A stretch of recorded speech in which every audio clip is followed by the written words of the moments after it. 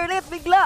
Ang Meron na. SRG, nagkaroon na sila. Ito na naman, Glorious Pathway, dun sa baba naman sila dedepensa, pero mahahanap nila si Yun! Oh, tumama pa yung Spear of Destruction! Ay! Nire-replicate ni Kelra yung ginawa ni Innocent na wala bigla ngayon si Innocent! Napaka-guilty ni Kelra with a double kill! Tatlo ang mawawala sa SRG! Kirk! Ay! Nakuha nila bigla! At saka Badang.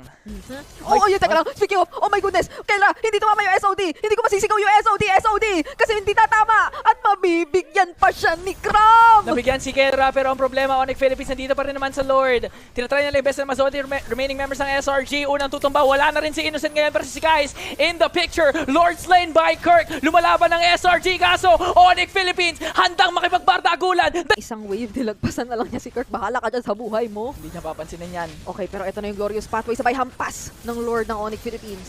Okay, kailangan nalang problemahin yung Lord na nagmamarcha para sa Onyx Philippines. Kelra nag-pick up ng Malefic Gun doon. Ayan na nga, pumapasok na ang Onyx! Ito na, tinatry na nga rin si Batin ni Kelra lahat pero siya yung unang tutumba.